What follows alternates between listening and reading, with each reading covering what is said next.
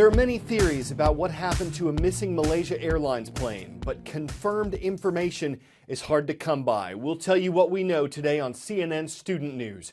It's been 13 days since the flight with 239 people aboard vanished over Southeast Asia.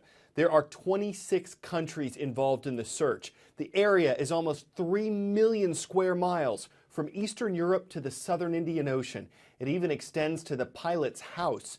A flight simulator was there, and yesterday, Malaysian officials said some files had been deleted from its hard drive. Investigators are trying to recover those to see if they hold any clues, though it could be just another dead end. U.S. officials say the aircraft's most likely location is the bottom of the Indian Ocean.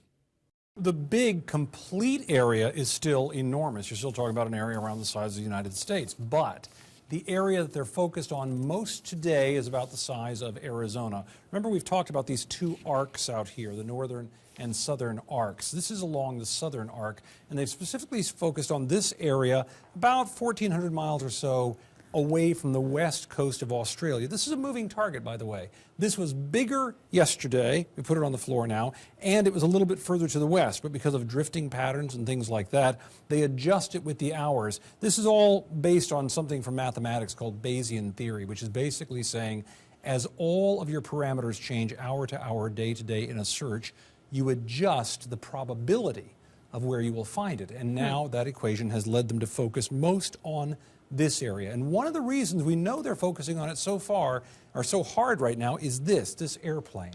This is the P-8 Poseidon. It's made by the Navy, or the Navy has them out there. This is the result of a $35 billion program. Each plane cost around $250 million. And many people consider this the most effective sub-hunting plane in the world now, because when it looks down at all this water, which you and I would look at with our eyes, and we would see sunlight glinting off it, making it hard for us to see things. And we might see white caps and all sorts of things that make it visually hard to see something.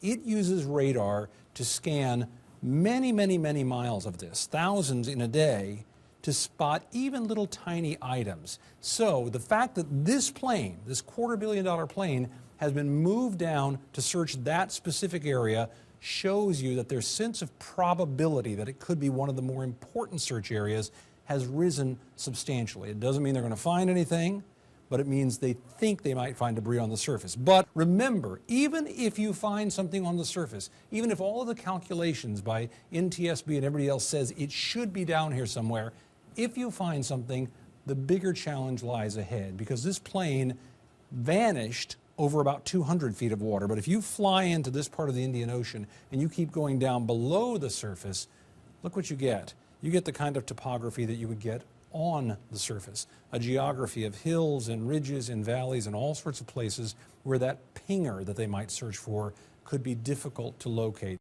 The families of the missing are in anguish. They're frustrated with the lack of search progress. Some accuse the Malaysian government of withholding information. There's some technology that was launched too late to help with this incident, but astronaut Chris Hadfield describes how it could help in the future.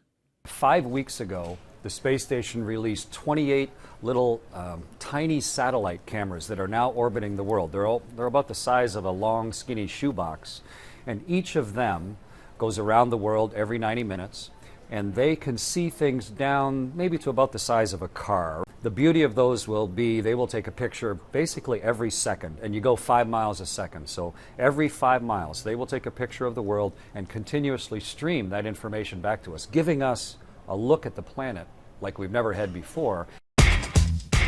Time for the shout out. What's the world's oldest currency still in use? Is it the British pound, Indian rupee, Japanese yen, or Swiss franc? You've got 3 seconds. Go. The British pound was established more than 1,000 years ago when Anglo-Saxon kingdoms began using sterlings, or silver currency. That's your answer, and that's your shout out. There's a new pound in town, at least there will be in 2017, and here it is. 12 sides, 2 metals, 2 tone. The United Kingdom made the change in hopes of confounding counterfeiters. This is supposed to be the world's most secure coin. Britain's Royal Mint estimates that 3% of the pound coins currently in circulation are fakes. That would total out to about 46 million pounds or $76 million. Making the new coin will cost the country. New machinery will be needed, and vending machine operators will have to alter their machines to accept the new coin. That will cost them. But one expert says it's also vending machines that tend to be ripped off the most by fakes. The current pound coin was introduced 30 years ago. At today's exchange rates, it's worth about $1.66. Now, if converting currency or doing any kind of math for that matter really bothers you, just might be in your genes, as in genetics. A new study out of Ohio State University looked at people's anxiety levels when it comes to math. It found that the genetics aren't the main reason why some people dread numbers or angles or solving for x, but it may account for 40% of the reason. That if your parents or your siblings struggle with math, you might too. Other reasons for math anxiety, maybe even bigger reasons, include environment. So if you don't get enough support at school, for example, it may make you anxious. And if others in your family get that way about math, it could make the problem worse. Why does this matter if you've still got to learn and then do math? Well, researchers say that the more aware educators are about students' anxiety, the more prepared they'll be to tailor their lesson plans to help.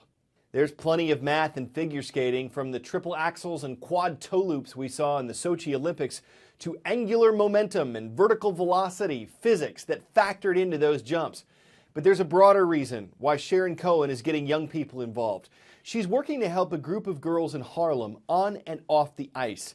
She's a CNN hero and a woman improving other women's lives this Women's History Month. I love the crispy feeling of the air, the sound of my skate crunching on the ice. Skating relieves me from everything. I just want to fly. I just don't want to stop. I heard that there were some girls who wanted to figure skate in Harlem. Growing up, I was a competitive figure skater, and I knew that skating wasn't a diverse sport. There wasn't a lot of access for kids in low-income communities. They were so eager to get started. I began teaching them, and it was really inspiring to me. Now we serve over 200 girls a year. Wow, look at those spins! You did it! The best part about skating is it gives you qualities that you use for the rest of your life. They gain discipline, perseverance. Step, cross. Excellent, girls. They fall down and they get back up, and they learn they can do that in anything. It's a building block. Skating's the hook, but education comes first. Is that how you spell wet? Before they even get on the ice, they have to get their homework done. They get tutoring. It's a minimum of 3 afternoons a week. So that means Z minus 12. Algebra was not my best subject, and I failed it. Miss Sharon hired a special tutor for me. It felt like, hey, you have to get back up. It was that simple? Now I'm doing way better in school. I was like, yeah.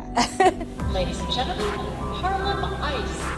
We want girls to believe and know they can be anything they put their hearts and minds to. It's not all about skating. Miss Sharon is teaching us to be the best we can be in life. We're headed west for today's CNN Student News roll call, like really far west. In the Pacific state of Hawaii, we've got the Bulldogs on today's roll. They're watching from Les Jardins Academy in Kailua.